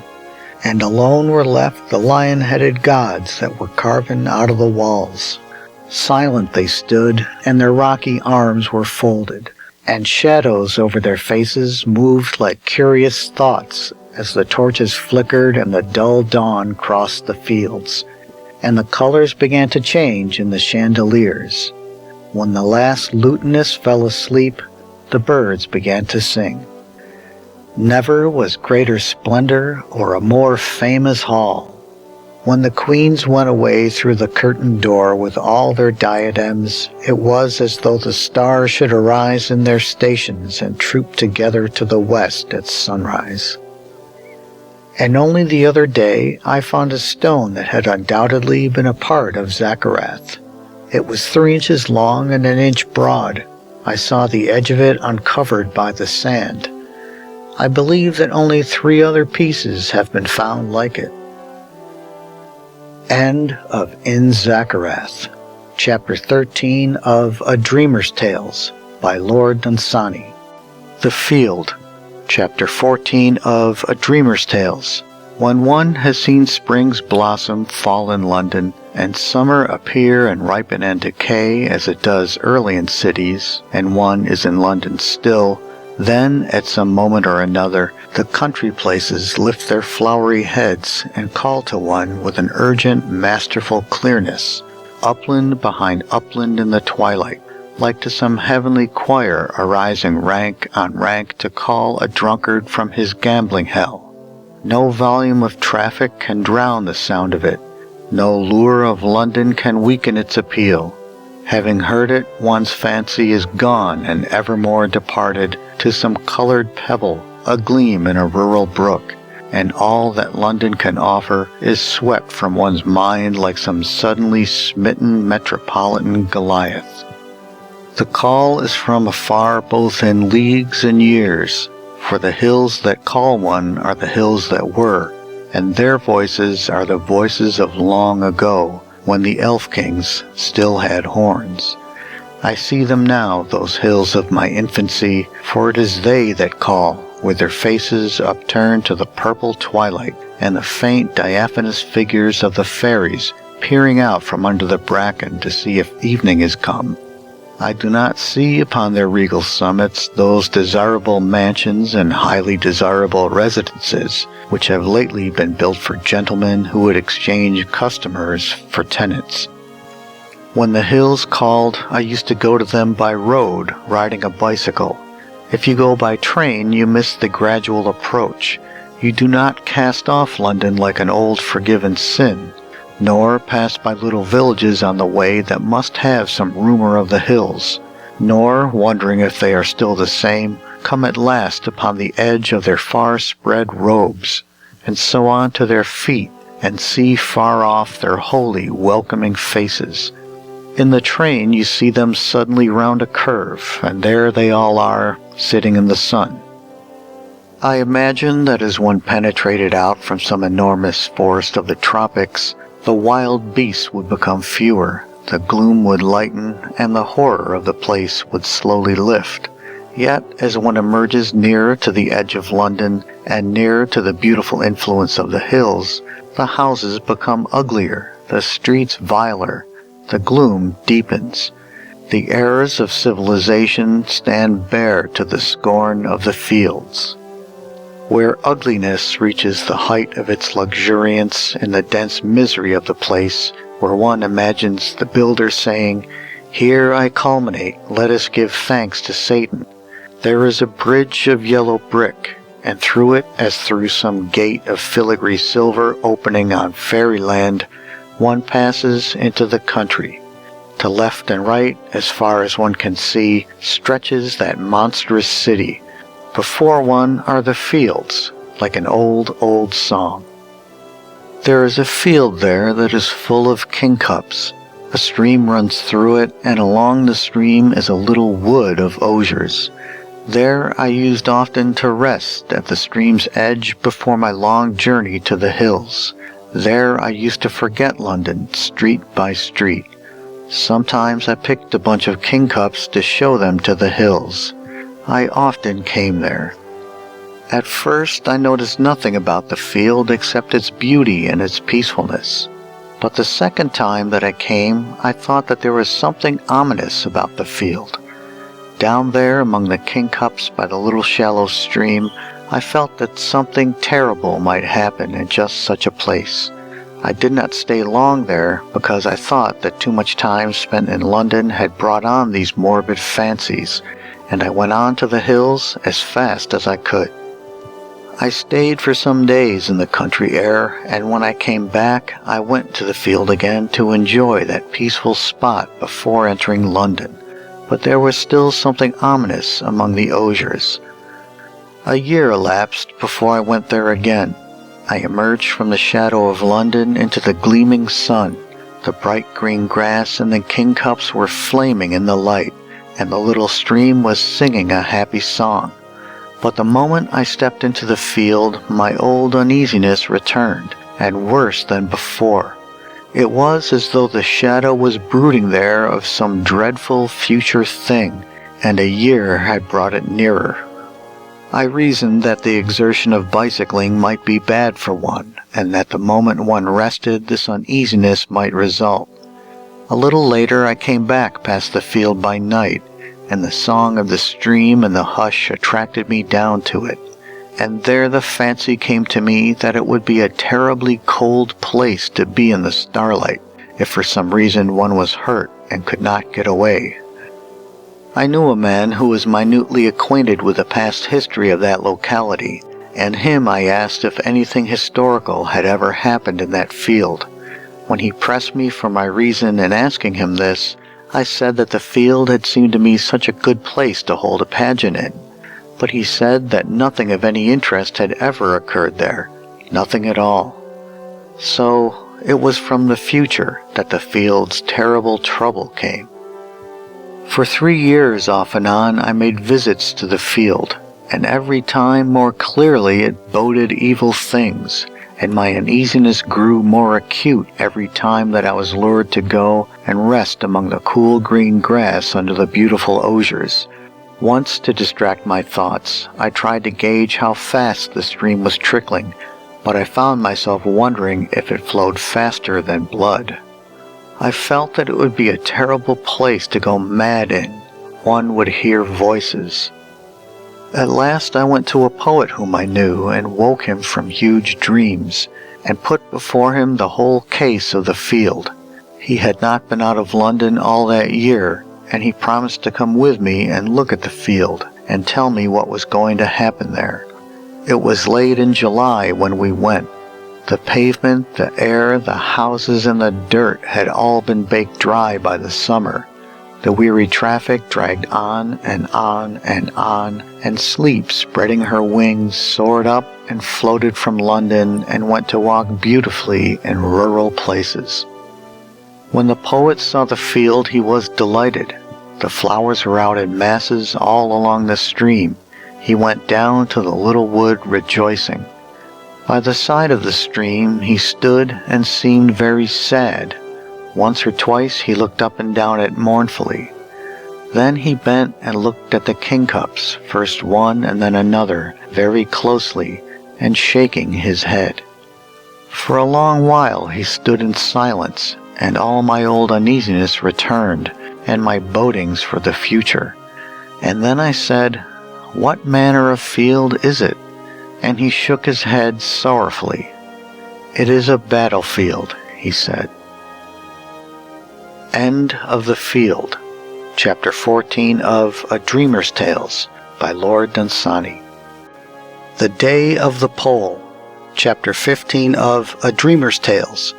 In the town by the sea it was the day of the pole, and the poet regarded it sadly when he woke and saw the light of it coming in at his window between 2 small curtains of gauze. And the day of the pole was beautifully bright. Stray bird songs came to the poet at the window. The air was crisp and wintry, but it was the blaze of sunlight that had deceived the birds. He heard the sound of the sea that the moon led up the shore, dragging the months away over the pebbles and shingles, and piling them up with the years where the worn-out centuries lay. He saw the majestic downs stand facing mightily southwards, saw the smoke of the town float up to their heavenly faces. Column after column rose calmly into the morning as house by house was waked by peering shafts of the sunlight and lit its fires for the day. Column by column went up toward the serene downs faces, and failed before they came there and hung all white over houses. And everyone in the town was raving mad. It was a strange thing that the poet did, for he hired the largest motor in the town and covered it with all the flags he could find, and set out to save an intelligence. And he presently found a man whose face was hot, who shouted that the time was not far distant when a candidate, whom he named, would be returned at the head of the poll by a thumping majority. And by him the poet stopped and offered him a seat in the motor that was covered with flags. When the man saw the flags that were on the motor, and that it was the largest in the town, he got in. He said that his vote should be given for that fiscal system that had made us what we are, in order that the poor man's food should not be taxed to make the rich man richer. Or else it was that he would give his vote for that system of tariff reform which should unite us closer to our colonies with ties that should long endure, and give employment to all. But it was not to the polling booth that the motor went. It passed it and left the town and came by a small white winding road to the very top of the downs. There the poet dismissed the car and led that wondering voter onto the grass and seated himself on a rug. And for long the voter talked of those imperial traditions that our forefathers had made for us and which he should uphold with his vote.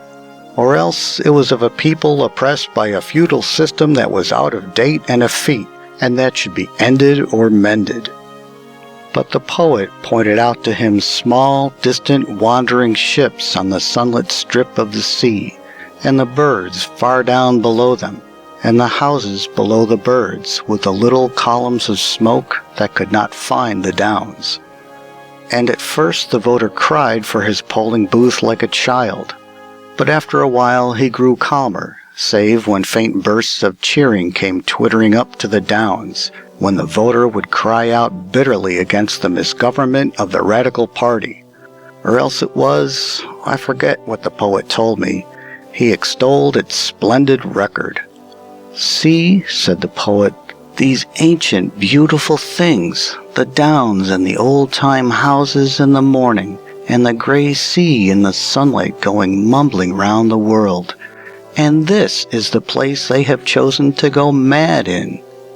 And standing there with all broad England behind him rolling northward, down after down, and before him the glittering sea too far for the sound of the roar of it, there seemed to the voter to grow less important the questions that troubled the town.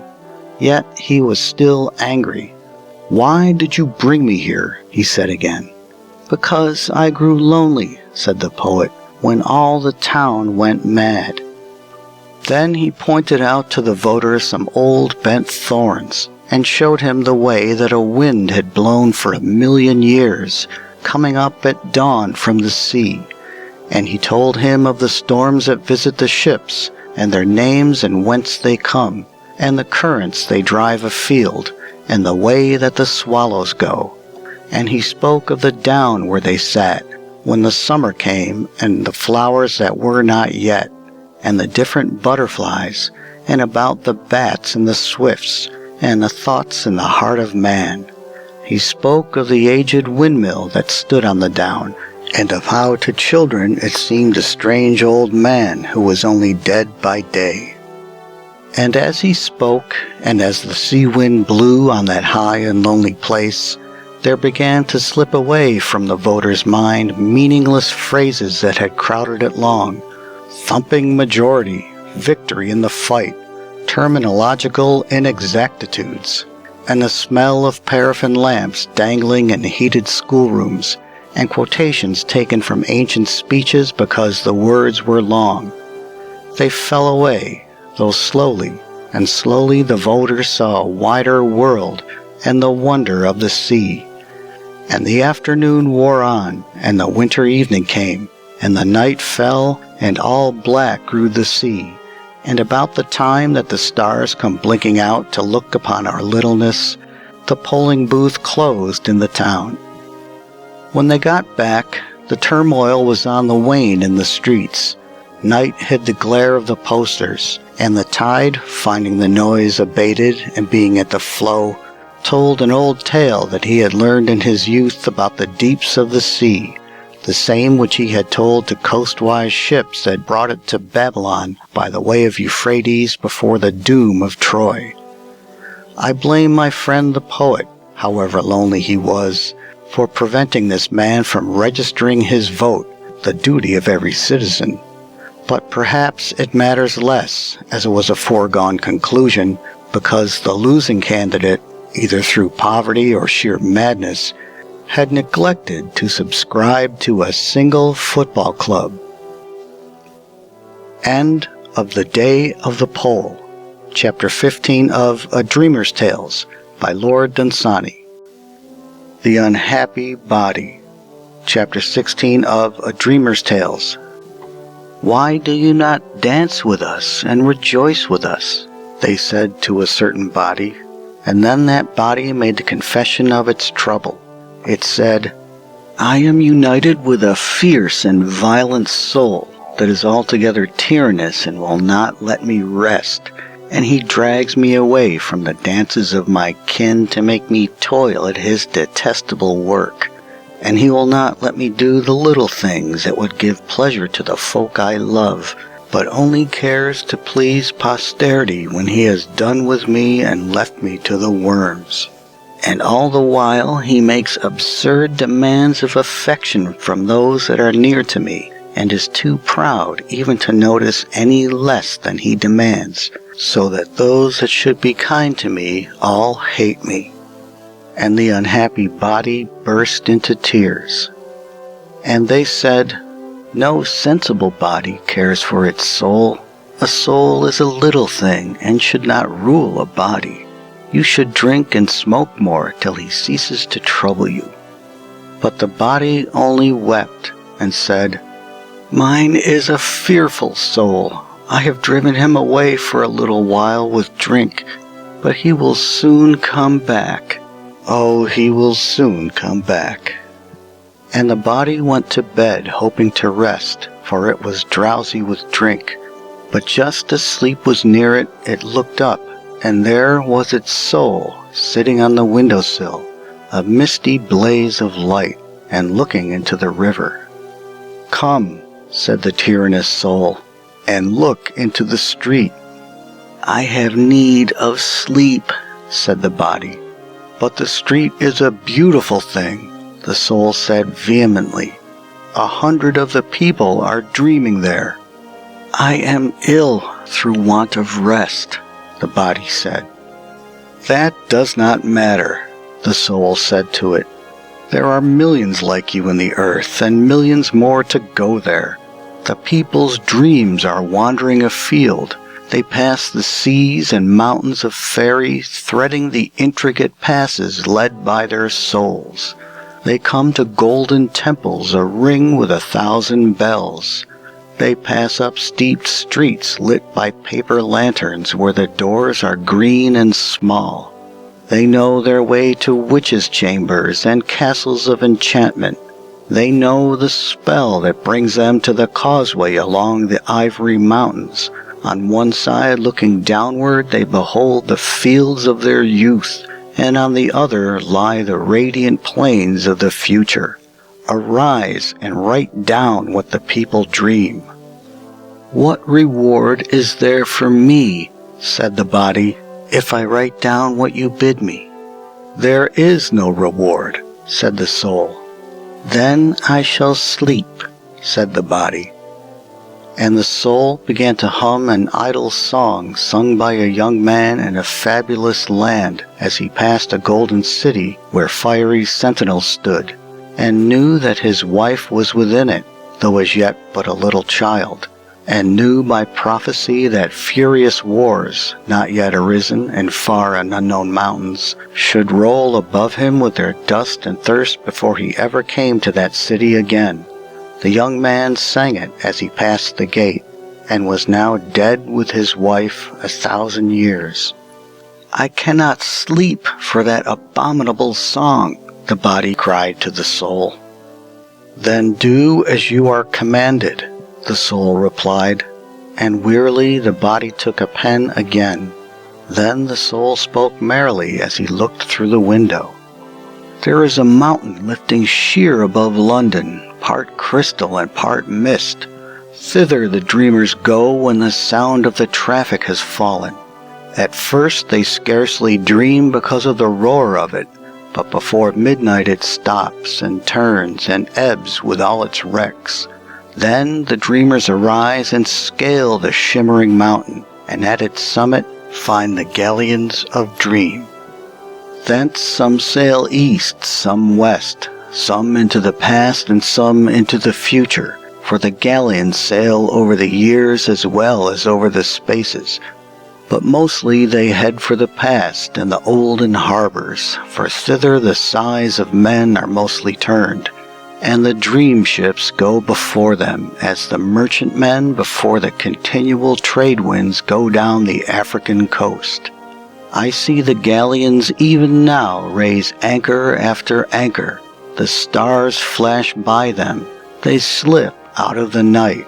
Their prows go gleaming into the twilight of memory, and night soon lies far off, a black cloud hanging low, and faintly spangled with stars. like the harbor and shore of some low-lying land seen afar with its harbor lights. Dream after dream that soul related as he sat there by the window. He told of tropical forests seen by unhappy men who could not escape from London, and never would. Forests made suddenly wondrous by the song of some passing bird flying to unknown eyries and singing an unknown song. He saw the old men lightly dancing to the tune of elfin pipes, beautiful dances with fantastic maidens, all night on moonlit imaginary mountains. He heard far off the music of glittering springs. He saw the fairness of blossoms of apple and May, 30 years fallen. He heard old voices, old tears came glistening back. Romance sat cloaked and crowned upon southern hills, and the soul knew him. One by one he told the dreams of all that slept in that street. Sometimes he stopped to revile the body because it worked badly and slowly. Its chill fingers wrote as fast as they could, but the soul cared not for that. And so the night wore on till the soul heard tinkling in oriental skies far footfalls of the morning. "See now," said the soul, "the dawn that the dreamers dread. The sails of light are paling on those unwreckable galleons. The mariners that steer them slip back into fable and myth. That other sea, the traffic, is turning now at its ebb, and is about to hide its pallid wrecks, and to come swinging back with its tumult at the flow. Already the sunlight flashes in the gulfs behind the east of the world. The gods have seen it from their palace of twilight that they built above the sunrise. They warm their hands at its glow as it streams through their gleaming arches before it reaches the world. All the gods are there that have ever been, and all the gods that shall be. They sit there in the morning, chanting and praising man. I am numb and very cold for want of sleep, said the body. You shall have centuries of sleep, said the soul. But you must not sleep now, for I have seen deep meadows with purple flowers flaming tall and strange above the brilliant grass, and herds of pure white unicorns that gambol there for joy, and a river running by with a glittering galleon on it, all of gold, that goes from an unknown inland to an unknown isle of the sea, to take a song from the king of over the hills to the queen of far away. I will sing that song to you, and you shall write it down. I have toiled for you for years, the body said. Give me now but one night's rest, for I am exceeding weary. Oh, go and rest. I am tired of you. I am off, said the soul. And he arose and went, we know not whither, but the body they laid in the earth. And the next night at midnight the wraiths of the dead came drifting from their tombs to felicitate that body. You are free here, you know, they said to their new companion. Now I can rest, said the body. End of The Unhappy Body. Chapter 16 of A Dreamer's Tales by Lord Dunsany. End of A Dreamer's Tales.